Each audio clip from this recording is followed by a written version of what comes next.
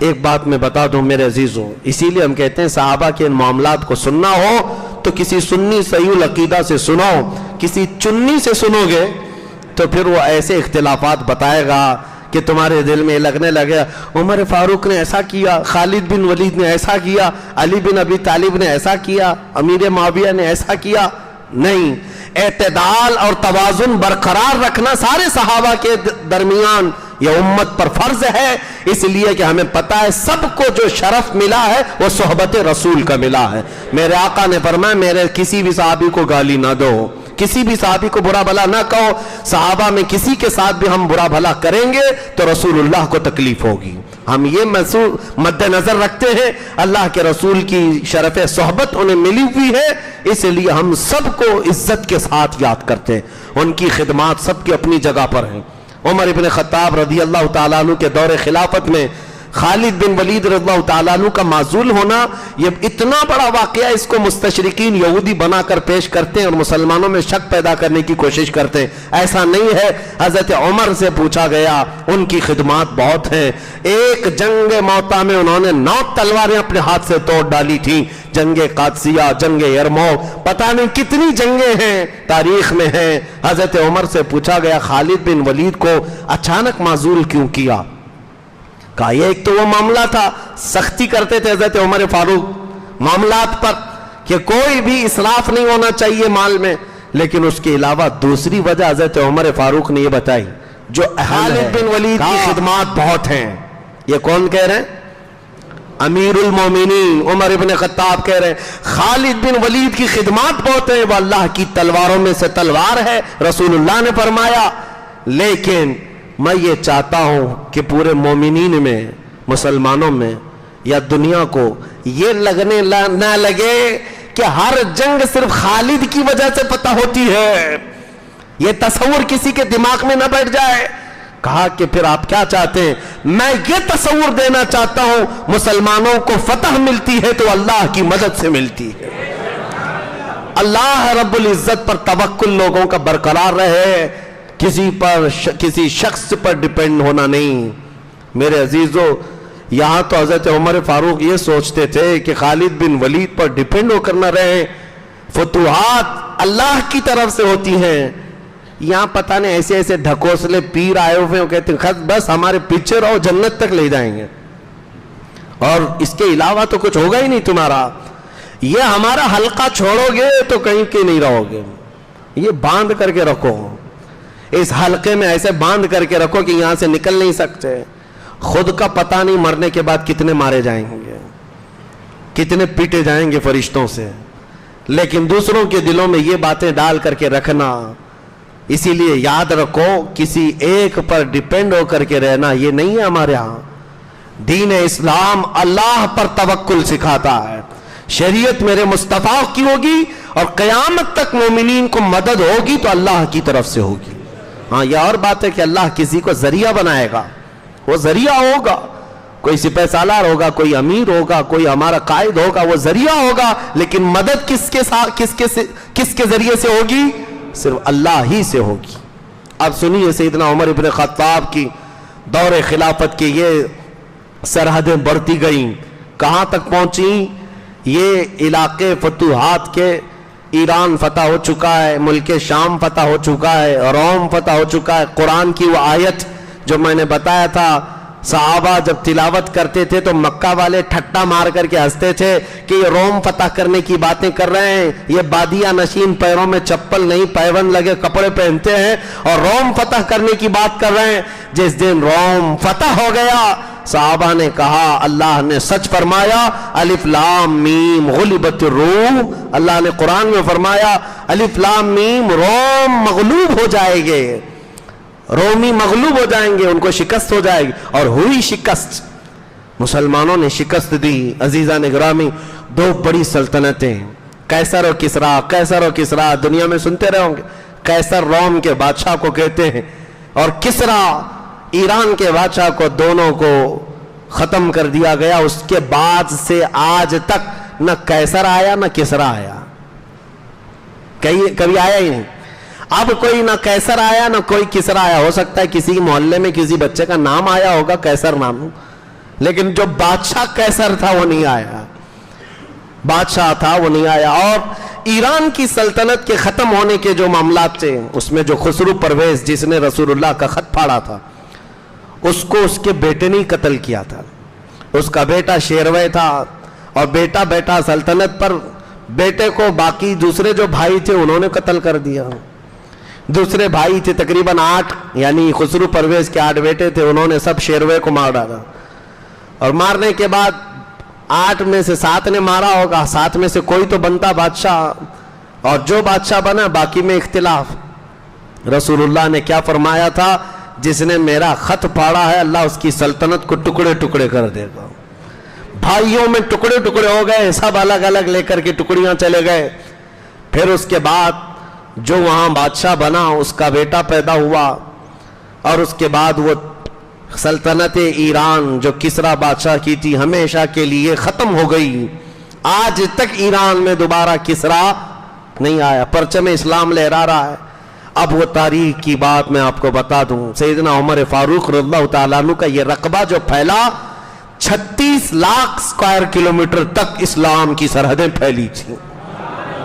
36 lakh square kilometre تک یہ عمر ابن خطاب کا دور ہے۔ اور دور فاروقی کب تک چلا؟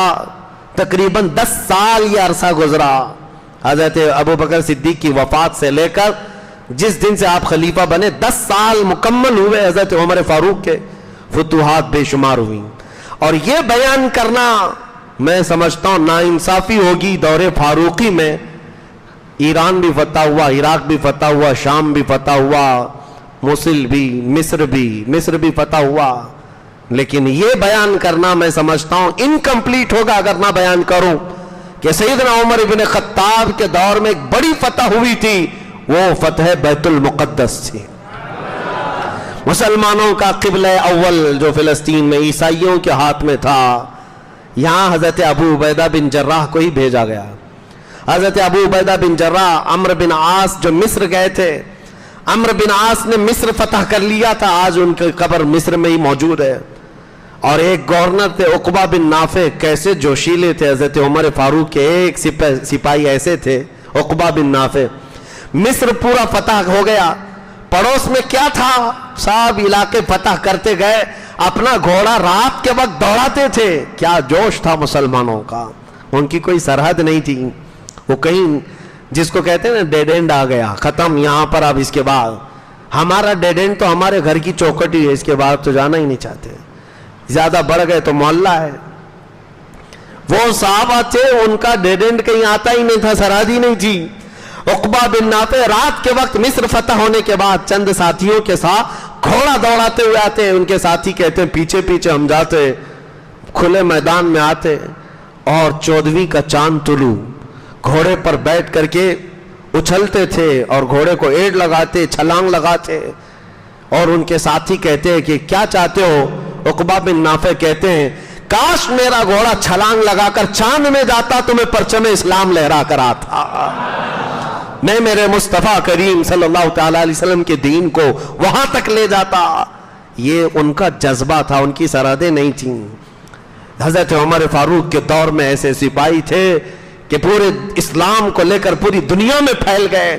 آذربائیجان کہاں کا علاقہ ہے، کہاں چلے گئے، مصر چلے گئے، اور عراق پورا فتح، ایران فتح، یمن فتح، حجاز کا پورا علاقہ، یہ تقریباً 36 لاکھ اسکوائر کلومیٹر پر آج کے دور میں، جس میں کئی کنٹریز آتی ہیں، آج کئی کنٹریاں ہیں۔ اس وقت تنہا ایک علاقے کا ایک ہی خلیفہ ہے، وہ مدینے سے حکومت کر رہا ہے، عمر بن خطاب۔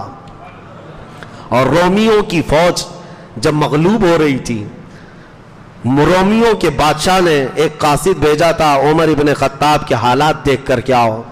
وہ مدینے میں آ کر کے لوگوں سے پتہ پوچھتا ہے تمہارا بادشاہ کہاں ہے؟ تو لوگ ہنسنے لگے۔ بادشاہ؟ کہا کہ ہاں مسلمانوں کا بادشاہ۔ کہا ہمارا بادشاہ نہیں ہوتا، ہمارا امیر المومنین ہوتا ہے۔ کہا اچھا وہ کہاں ہے، اس کا محل کہاں ہے؟ جو مدینے میں موجود مسلمان تھے وہ پھر ہنس پڑے، محل؟ امیر المومنین کا محل نہیں ہے، دیکھو مسجد نبوی کے قریب میں پیپل کا ایک درخت ہوگا، اس کے سائے میں سو رہا ہوگا۔ وہ روم سے آیا ہوا ایلچی قاصد کہتا ہے جس کے خوف سے ہمارے بادشاہوں کے کپڑے گیلے ہو رہے ہیں. ہاں ہارٹ اٹیک آ کر موت آ رہی ہے اور یہ پیپل کے جھاڑ کے نیچے بے خوف سویا ہوا ہے. حضرت عمر کو ڈھونڈتے ہوئے وہاں آیا تو یقیناً وہ درخت کے نیچے ننگی پیٹھ سوئے ہوئے تھے. اس قاصد نے یہ سوچ کر کے کہ یہاں اگر قصہ ختم کر دوں تو روم بھی سکون کی سانس لے گا, ایران بھی سکون کی سانس لے گا. سوچ رہا تھا, حضرت عمر کی آنکھیں کھل گئی اور کہا جو تو سوچ رہا ہے وہ ہوگا نہیں. حضرت عمر بیدار ہوئے, کہا ہم نے اپنی کرسی غریبوں کا خون چوس کر کے نہیں بچھائی ہے جیسے تمہارے بادشاہوں نے رکھی ہے. ہماری کرسی اللہ کی مرضی سے رسول اللہ کی شریعت پر قائم ہے. جب تک میرا مولا چاہے گا کوئی بڑی مصیبت آئے, عمر کو اس کے قدموں سے ہلا نہیں سکے گی. بتاؤ کیا پیغام لے کر آیا؟ جو پیغام تھا جلدی جلدی بتایا اور بھاگ گیا. حضرت عمر فاروق رضی اللہ تعالیٰ عنہ کے نہ کوئی اتنے باڈی گارڈ تھے, نہ سیکورٹی تھی, کچھ نہیں. بے خوف و خطر جیتے تھے اور سرحدوں کو وہاں تک پھیلایا تھا.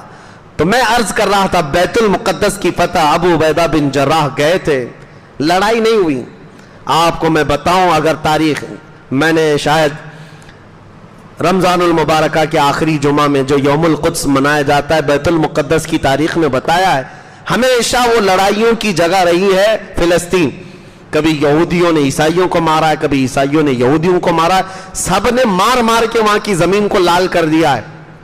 ایک بار تو بابل کی طرف سے آیا ہوا عراق کا ایک بادشاہ تھا, وہ یہودیوں کو اتنا مارا تھا کہ پورا فلسطین رنگین ہو گیا تھا یہودیوں کے خون سے. پھر ٹائٹس نام کا بادشاہ آیا تھا عیسائیوں کا, اس نے یہودیوں کو بہت مارا تھا. پھر یہودیوں کے حمایت میں ایک بادشاہ آیا تھا, اس نے عیسائیوں کو بہت مارا تھا. یہ تو چل ہی رہا تھا. وہ زمین ہمیشہ خون سے رنگین تھی. جب حضرت ابو عبیدہ بن جراح وہاں داخل ہوئے تو عیسائیوں کو لڑنا چاہیے تھا جیسے یہودیوں سے لڑتے تھے. دیکھا انہوں نے, خبریں سب سنی تھی, بھائی روم بھی گیا, ایران بھی گیا, بیت المقدس میں آ گئے, بھلائی اسی میں ہے کہ صلح کر لو. ابو عبیدہ بن جراح سے کہا ہم لڑیں گے نہیں, صلح کر لیں گے بیت المقدس میں, لیکن ہماری صرف ایک شرط ہے کہ صلح نامہ جو لکھا جائے گا وہ تمہارے امیر المومنین ہی لکھیں گے. وہ مدینے میں ابو عبیدہ بن جراح نے خط لکھ کر بھیجا کہ بیت المقدس فتح ہو گیا ہے, الحمدللہ فلسطین میں مسلمان آ گئے, لیکن یہاں کے جو عیسائی پادری ہیں وہ چاہتے ہیں کہ صلح نامہ جو لکھا جائے گا ایگریمنٹ, اس پر دستخط براہ راست آپ کی ہوگی, آپ کی تحریر ہوگی. حضرت عمر نے یہ خط پا کر کہا ٹھیک ہے ہم چلتے ہیں. اپنا ایک غلام لیا, ایک گھوڑا لیا اور چل پڑے. کہا مدینے سے بیت المقدس کے لیے. لیکن عدالت فاروقی بھی دیکھو, غلام سے کہا دیکھو ایک ہی گھوڑا ہے میرے پاس اور چلنے والے دو ہیں, ہم دو بیٹھیں گے تو گھوڑے کے اوپر زیادتی ہوگی. ایسا ہے 1 میل میں بیٹھوں گا تم چلو گے, 1 میل تم بیٹھو گے میں چلوں گا. یہ امیر المومنین کا عدل. اور اس کے بعد ایسے ہی پورا راستہ طے کیا. 1 میل خود بیٹھتے تھے, غلام نکیل پکڑ کر رسی پکڑ کر چلتا, پھر 1 میل کے بعد غلام کو بٹھاتے, خود رسی پکڑ کے چلتے تھے. اور یہ راستہ طے ہوا, بیت المقدس جانا ہے. فلسطین کے جتنے عیسائی تھے سب میں یہ بات مشہور تھی, امیر المومنین عمر ابن خطاب. بات تو یہ ہے میرے عزیزو, یہودی اور عیسائی مائیں اپنے بچوں کو تھپکیاں دے کر سلاتی, سو جا عمر آ جائے گا. ہاں خوف بھی ایسا بسا ہوا تھا اور تذکرہ بہت تھا حضرت عمر. اور جب حضرت عمر کے آنے کی خبر مل گئی کہ آ رہے ہیں, پورا علاقہ ٹوٹ پڑا تھا. دیکھنا ہے عمر ابن خطاب کو, دیکھنا ہے امیر المومنین کو, دیکھنا ہے. عیسائی بھی مسلمان بھی جو موجود تھے وہاں پر سب نکل پڑے. اور عجیب اتفاق ہے کہ بیت المقدس کے قریب آنے کے وقت باری غلام کے بیٹھنے کی تھی اور رسی پکڑنے کی باری عمر ابن خطاب کی. اللہ اکبر. وقت کا خلیفہ امیر المومنین عدل سے نہیں ہٹتا. غلام نے کہا حضور جگہ قریب آ گئی, آپ بیٹھیے. کہا نہیں باری تو تیری ہے, میں اس میں نا انصافی نہیں کروں گا. غلام بیٹھا ہوا ہے, رسی پکڑ کر چل رہے ہیں. اور جو عیسائی دیکھے نہیں تھے صاحب آئے, ٹوٹ پڑے اور غلام کو نعرہ لگانے لگے امیر المومنین امیر المومنین. ابو عبیدہ بن جراح نے چیخ کر کہا گھوڑے پر بیٹھا ہوا نہیں، رسی پکڑا ہوا امیر المومنین ہے، رسی پکڑا ہوا ہے۔ عیسائیوں نے پہلی مرتبہ ایسا خلیفہ دیکھا تھا، رسی پکڑ کر کے آ رہے تھے، آپ سے پوچھا گیا یہ کیا ماجرا ہے؟ آپ نے بتایا مدینے سے چلتے ہی ہمارا دونوں کا یہ ایگریمنٹ ہو گیا تھا، 1 میل تم بیٹھو گے 1 میل میں بیٹھوں گا، اتفاق ہے کہ آخری میل بیٹھنے کا اس کا آیا اور میرا چلنے کا آیا، اور میں انصاف کے خلاف نہیں جاتا۔ عیسائی بس اتنے اخلاق پر متاثر تھے کہ بیت المقدس میں لے گئے۔ بیت المقدس قبلہ اول مسلمانوں کا برسوں سے رہا ہے، وہ مرکز نبیوں کا بھی، 30,000 کے قریب نبی وہاں پر دفن ہیں، اور یہ وہ جگہ ہے جہاں سے میرے مصطفیٰ کریم صلی اللہ علیہ وسلم نے جس مسجد میں 1,24,000 کم و بیش نبیوں کی امامت فرمائی، اور یہی وہ مسجد اقصی بیت المقدس ہے جہاں سے رسول اللہ نے آسمانوں کا معراج کے وقت سفر فرمایا، اور اس وقت تک مسجد اقصی بیت المقدس مسلمانوں کے پاس نہیں تھی۔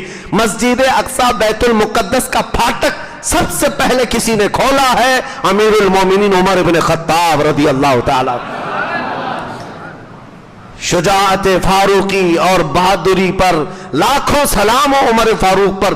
بیت المقدس آج بھی چیخ کر پکارتا ہوگا عمر کہاں ہے، عمر کہاں ہے؟ سیدنا عمر بن خطاب گئے، پہلا خطبہ دیا تھا بیت المقدس میں، اور اس کے بعد ظہر کی اذان دی گئی تھی، اور جماعت سے حضرت عمر فاروق نے پہلی نماز پڑھائی۔ اس کے بعد بیت المقدس مسلمانوں کے ہاتھ میں رہا۔ بیچ میں کچھ سال ایسے آئے تھے جب عیسائیوں نے دوبارہ اس کو قبضہ کر لیا تھا، پھر صلاح الدین ایوبی نے دوبارہ اس کو حاصل کیا، اس وقت سے لے کر آج تک ہے۔ لیکن اب نمازیں تو ہماری ہوتی ہیں، خطبے بھی ہمارے ہوتے ہیں، لیکن اسرائیلی یہودیوں کا پورا قبضہ اس پر ہے، سیکورٹی ان کی ہے، ویزا ان کا ہے، انتظامات ان کے ہیں۔ اللہ کریم پھر سے ہمیں عمر اور صلاح الدین کا جانشین عطا فرمائے، جو بیت المقدس کے دروازے تمام مومنین کے لیے آزاد ہو جائے۔ اتنی بات نہیں، ختم نہیں، عیسائی اس قدر گرویدہ ہو گئے حضرت عمر کے، آپ نے اعلان کیا کہ اب تک جو شخص یہاں آتا رہا ہے، یہودی آتا تو جتنے عیسائی ہوتے قتل کر دیتا، عیسائی بادشاہ کوئی فتح کر لیتا تو جتنے یہودی آباد ہوتے سب کو قتل کرتا، لیکن محمد عربی کا غلام آیا ہے، محمد عربی کا غلام آیا ہے۔ آج حضرت عمر فاروق نے یہ بھی کہا، لوگ آج مجھ کو امیر المومنین کہتے ہیں، میری حیثیت صرف اتنی ہے میں خطاب کا بیٹا ہوں، بچپن میں مجھ سے 2 بکریاں نہیں سنبھالی جاتی تھی، میرے باپ مجھے مارتے تھے، عمر تجھے بکریاں نہیں سنبھالنی آتی، لائن میں نہیں لگا پاتا، لیکن اے لوگوں آج وہی عمر مدینے میں بیٹھ کر مصر، عراق، ایران، شام، یمن اور حجاز کے پورے خطے آذربائیجان تک اپنی حکومت چلا رہا ہے، اس لیے نہیں کہ خطاب کا بیٹا عمر ہے، اس لیے کہ رسول اللہ کا غلام عمر ہے۔ یہی صحابہ کا نعرہ تھا، جب تک بکے نہ تھے تو کوئی پوچھتا نہ تھا، یا رسول اللہ تم نے خرید کر ہمیں انمول کر دیا۔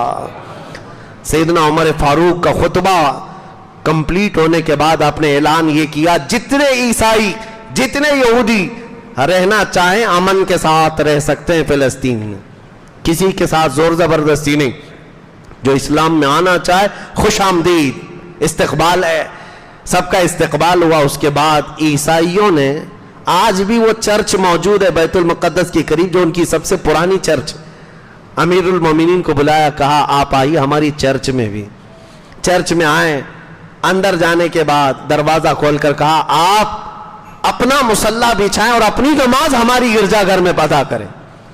حضرت عمر نے مصلی اٹھا لیا اور کہا یہاں اندر نہیں، باہر دروازے پر جا کر آپ نے 2 رکعت نماز ادا کی۔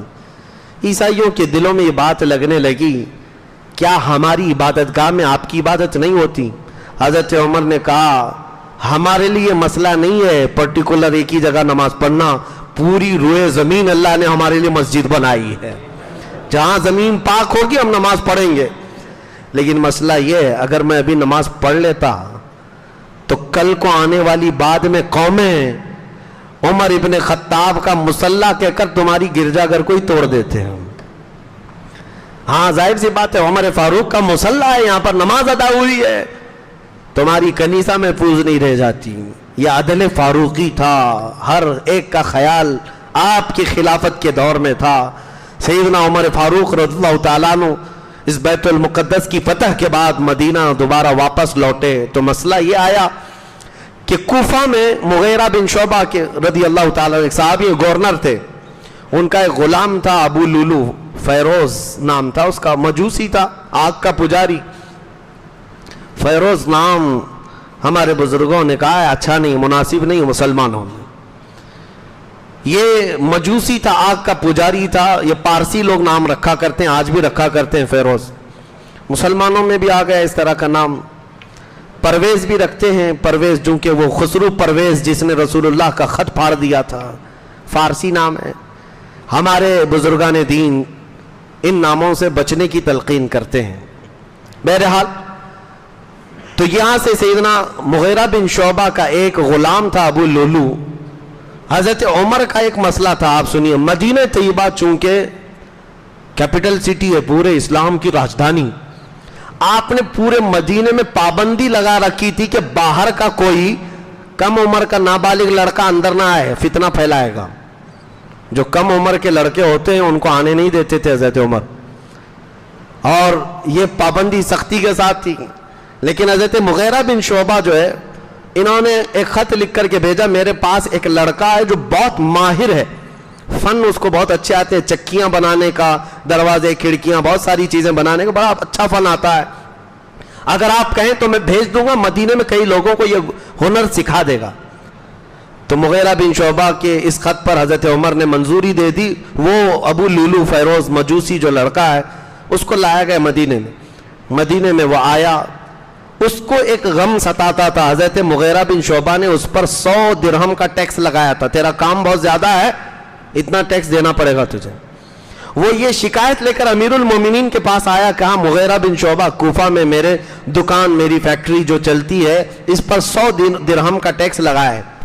حضرت عمر ابن خطاب نے کہا یہ کوئی زیادہ نہیں ہے، تیرے کام کاج کے اعتبار سے برابر ہے، اتنا ٹیکس تو دینا ہی چاہیے تجھے. وہ دانت پیستا ہوا دشمنی میں نکلا. حضرت عمر نے پھر اس کو ایک دن بلایا اور کہا سنا ہے تو اچھی چکی بناتا ہے، کیا تو بنا سکتا ہے؟ اس فیروز نام کے مجوسی سے پوچھا تو اس نے کہا ہاں، آپ کے لیے میں ایسی چکی بنا دوں گا کہ ہمیشہ یاد کرنے والے یاد کریں گے. کہا ٹھیک ہے بناؤ. وہ چلا گیا. حضرت عمر نے اپنے صاحب سے کہا یہ لڑکا مجھے قتل کی دھمکی دے کر گیا ہے.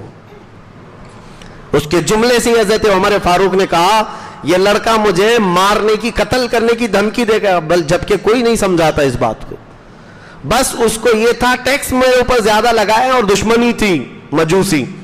حضرت عمر فاروق رضی اللہ تعالیٰ عنہ 26 ذی الحجہ ابھی گزرا ہے، محرم سے پہلے 26 ذی الحجہ کی تاریخ تھی. فجر کی نماز میں آپ لوگوں کو جگاتے تھے اور آپ مسجد میں نماز پڑھانے کے لیے آئے تھے. یہ ابو لولو فیروز مجوسی پہلی صف میں آ کر کھڑا ہوا تھا اور ایک تلوار 2 دھاری دار زہر میں بجھائے ہوئے لا کر کے اپنے دامن میں چھپایا ہوا تھا. جیسی حضرت عمر فاروق فجر کی نماز میں رکعت باندھے، اس نے فوراً آپ پر حملہ کیا اور اتنا تیز حملہ کیا کہ آپ کے پیٹھ سے لے کر سینے تک کا زخم آ گیا. اور جتنے مسلمان وہاں تھے بچ بچاؤ میں تقریباً 12 لوگوں کو اس نے یہ ضرب لگائی، جن میں سے 6 بعد میں انتقال کر گئے، شہید ہو گئے. لیکن صحابہ کی صفیں لگی ہوئی تھیں، ایسی مضبوط صفیں تھی کہ وہ مسجد سے باہر بھاگ نہیں پایا اور کسی صحابی نے نماز توڑی بھی نہیں. حضرت عمر فاروق مصلی سے گر پڑے، عبد الرحمن بن عوف آگے بڑھے، فجر کی 2 رکعت چھوٹی چھوٹی سورتوں کے ساتھ انہوں نے پڑھائی. اس کے بعد اس کو پکڑنے کے لیے جیسی آئے وہ خودکشی کر کے خود تلوار مار کر مر گیا. یہ ابو لولو فیروز مجوسی تلوار مار کر کے مر گیا، خودکشی کیا. حضرت عمر کو اس کے بعد لایا گیا گھر پر اور آپ کو شربت وغیرہ پلایا جاتا تو زخموں کے راستے سے پانی نکل جاتا تھا. 3 دن تک آپ باحیات تھے. حضرت عمر ابن خطاب رضی اللہ تعالیٰ عنہ، آپ کے پاس لوگوں نے آ کر کے آپ کی بڑی تعریفیں کی، آپ اپنی تعریف سنتے ہی نہیں تھے. حضرت عباس آئے اور کہا آپ کا زمانہ ایسا تھا ویسا تھا. پھر آپ نے کہا نہیں میری بات نہ کہو. حضرت عمر فاروق رضی اللہ تعالیٰ عنہ اپنی تعریف نہیں. اس کے بعد پھر کہا کوئی خلیفہ، کوئی جانشین، آپ کا بیٹا، آپ اپنے بیٹے کو خلیفہ بنائیں. حضرت عمر نے تاریخی جملہ کہا میرے بیٹے کو بناؤں جس کو اپنی بیوی کو طلاق دینے کا طریقہ معلوم نہیں. ان کے بیٹے نے ایک ساتھ 3 طلاق دے دی تھی اپنی بیوی کو. حضرت عمر نے کہا حرام ہے, 3 طلاق دینے کا طریقہ الگ ہے, مہینہ چھوڑ کر. کہا وہ ایک ساتھ 3 طلاق دینے والا اس کو میں خلیفہ بناؤں, جو میرے سے پہلے رسول اللہ صلی اللہ علیہ وسلم نے نہیں کیا وہ میں نہیں کروں گا. 6 صحابہ کو بلایا, حضرت عثمان ابن عفان, حضرت علی ابن ابی طالب, حضرت زبیر, حضرت طلحہ, حضرت عبد الرحمن اور حضرت سعد. یہ 6 صحابہ کو بلایا اور کہا تم میں سے آپس میں مشورہ کرنا اور کسی ایک کو منتخب کر کے مسلمانوں کا امیر بنانا. 6 لوگوں کی مجلس شورا قائم کی. سیدنا عمر ابن خطاب رضی اللہ تعالیٰ عنہ نے بہت ساری وصیتیں فرمائی گورنروں کے لیے, عاملین کے لیے. اس کے بعد آخری وصیت آپ کی یہ تھی, کہا ماں عائشہ صدیقہ رسول اللہ کی زوجہ ہے, جاؤ ان سے اجازت لے لینا. عمر ابن خطاب اسی حجرے میں دفن ہونا چاہتا ہے جس میں رسول اللہ اور ابو بکر صدیق آرام کر رہے ہیں. اگر عائشہ صدیقہ اجازت دے دیں تو مجھے دفن کر دینا, نہیں تو جنت البقیع میں قبرستان میں دفن کرنا. اور یہ کہتے ہوئے حضرت عمر فاروق رضی اللہ تعالیٰ عنہ کی جان آفرین کے سپرد ہو گئی. آپ 26 ذی الحجہ کو اس دار فانی سے کوچ کر گئے. دور اسلام کا وہ عظیم سپہ سالار گیا ہے دنیا سے. مدینے والے کہتے اتنا اندھیرا ہم نے کبھی نہیں دیکھا تھا جس دن حضرت عمر کا انتقال ہوا تھا. اندھیرا چھا گیا تھا, پورے علاقے رو پڑے تھے حضرت عمر کے جاتے. عدل ایسا قائم کیا تھا بلکہ بعض روایتوں میں یمن جانے کے راستے پر پہاڑ کی چٹانوں سے, پتھروں سے آواز آتی تھی یا عمر وا عمر, حضرت عمر کے نام پر. پہاڑ کی چٹانیں روتی تھی حضرت عمر کے جانے پر. یقیناً میرے عزیزوں وہ ایسا بطل جلیل ہے جس نے رسول اللہ کی جانشینی کا حق ادا کر دیا. اعلیٰ حضرت نے سچ فرمایا ہے کہ وہ عمر جس کے آداب پہ شیدا سقر, وہ عمر جس کے آداب پہ شیدا سقر, عز و ناز عدالت پہ لاکھوں سلام, اس خدا دوست حضرت پہ لاکھوں سلام. سیدنا عمر فاروق رضی اللہ تعالیٰ عنہ کے دور خلافت کے ختم ہونے کے بعد پھر تیسرا دور عثمان ابن عفان رضی اللہ تعالیٰ عنہ کا آتا ہے. انشاءاللہ العزیز اگلی محفلوں تک زندہ رہا تو عرض کروں گا, لیکن سیدنا عمر فاروق رضی اللہ تعالیٰ عنہ کی اس وصیت پر آپ کے انتقال کے بعد لوگ آئے حضرت عائشہ سے پوچھتے ہیں کہ اجازت انہوں نے پوچھی تھی. حضرت عائشہ نے کہا ایک ہی جگہ باقی تھی رسول اللہ صلی اللہ علیہ وسلم حضرت ابو بکر کے پہلو میں, وہ جگہ میں نے اپنے لیے رکھی تھی. حضرت عائشہ کہتی ہیں وہ جگہ میں نے اپنے لیے رکھی تھی, لیکن عمر نے اگر یہ کہا ہے اپنی زندگی میں اپنے آپ پر عمر ابن خطاب کو ترجیح دیتی ہوں, وہ جگہ ان کے لیے زیب دیتی ہے. حضرت عائشہ نے کہہ کر چابی دے دی اور حضرت عمر کو پھر لایا گیا جنازہ پاک. رسول اللہ کا وہ حجرہ کھولا گیا اور اسی حجرے میں حضرت عمر فاروق کو دفن کیا گیا. اللہ کی پناہ میرے عزیزوں, اس عمر ابن خطاب جس کی نیکیاں آسمان کے تاروں کے برابر, جس کے بارے میں رسول اللہ نے فرمایا میرے بعد نبی ہوتا تو عمر ہوتے, حضرت عمر رسول اللہ کے پہلو میں دفن ہیں. ایک بات کہہ کر کے چلا جاتا ہوں, ختم کرتا ہوں. 12 سال گزر گئے تھے آپ کے انتقال کو. حضرت عباس رضی اللہ تعالیٰ عنہ خواب میں دیکھتے ہیں حضرت عمر کو, نیت کر کے سوئے تھے اے اللہ ایک بار مجھے عمر کو دکھا دے, خواب میں عمر کو دکھا دے. خواب میں عمر ابن خطاب کو دیکھا, وہ پسینہ پوچھتے ہوئے کھڑے تھے. کون؟ حضرت عمر اپنے کپڑے جھاڑ رہے تھے, پسینہ پوچھتے ہوئے آئے تھے. حضرت عباس کو دیکھا, حضرت عباس نے پوچھا یا امیر المومنین عمر ابن خطاب کیسی رہی آپ کی برزخی زندگی؟ وفات کے بعد حضرت عمر نے پوچھا کتنے سال ہوئے مجھے جا کر کے؟ عباس رضی اللہ تعالیٰ عنہ نے کہا تقریباً 12 سال گزر گئے ہیں. حضرت عمر کہتے ہیں یہ 12 سال مجھے لگ گئے حساب دیتے دیتے, ابھی تو آیا ہوں حساب دے کر, حساب دے کر ابھی آیا ہوں. پسینے پوچھ رہے تھے. اپنے حساب کی فکر کرو. اس عمر ابن خطاب کا یہ قول روح کو کپ کپی لانا چاہیے, جھنجھوڑ دینا چاہیے. کہتے ہیں 12 سال لگ گئے, میں ابھی حساب دے کر آ رہا ہوں. اور پھر فرماتے ہیں عمر کو اس کی نیکیاں نہیں, اگر اللہ رحیم نہ ہوتا تو عمر نہیں بچتا. حضرت عمر کہتے ہیں اللہ کا رحم، اس کا فضل ہے جس نے مجھے بچایا ہے۔ رسول اللہ کے پڑوس میں سونے والے صحابی کا فرمان۔ تاریخ الخلفاء میں امام جلال الدین سیوطی نے یہ ساری روایتیں بیان کی۔ عزیزان گرامی وقات، جاتے جاتے میں اتنی نصیحت کر جانا چاہوں گا، صرف اپنی ٹوپی داڑھی اور چند عمل پر فخر کرتے ہوئے یہ مت بیٹھ جانا کہ میرا تو ہو جائے گا، نہیں، میرے آقا صلی اللہ علیہ وسلم کی امت میں ہو۔ عظیم صحابہ ڈرتے تھے موت کے وقت، تمہیں بھی خوف رکھنا چاہیے، لیکن ساتھ میں اللہ کریم کی بارگاہ میں یہ امید بھی رکھو، وہ مولا رحیم ہے، کریم ہے، بخشش ہوگی تو میرے اعمال کی بنیاد پر نہیں، بخشش ہوگی تو اس کے فضل پر ہوگی، اس کی رحمت پر ہوگی اور میرے آقا کی نسبت پر ہوگی۔ اللہ کریم ہم سب کو دور فاروقی کی جھلکیاں عطا فرمائے۔ عمر ابن خطاب کے قدموں کا مولا ہم سب کو صدقہ عطا فرمائے۔ اے رب کریم ہمارے گھروں میں پیدا ہونے والے بچوں میں عمر ابن خطاب کی خصلتیں عطا فرما، ان کی برکت سے شیطان کی نحوستوں سے محفوظ فرما۔ اے رب العالمین پوری دنیا میں امت مصطفیٰ پر آج جو حالات طاری ہیں، فلسطین رو رہا ہے، عراق کی چیخیں ہیں، شام جل رہا ہے، یمن ٹوٹ گیا ہے، مولا عمر ابن خطاب کو امت یاد کر رہی ہے۔ اس عمر ابن خطاب کے قدموں کا واسطہ مولا تیرے حبیب کی امت پر رحم و کرم نازل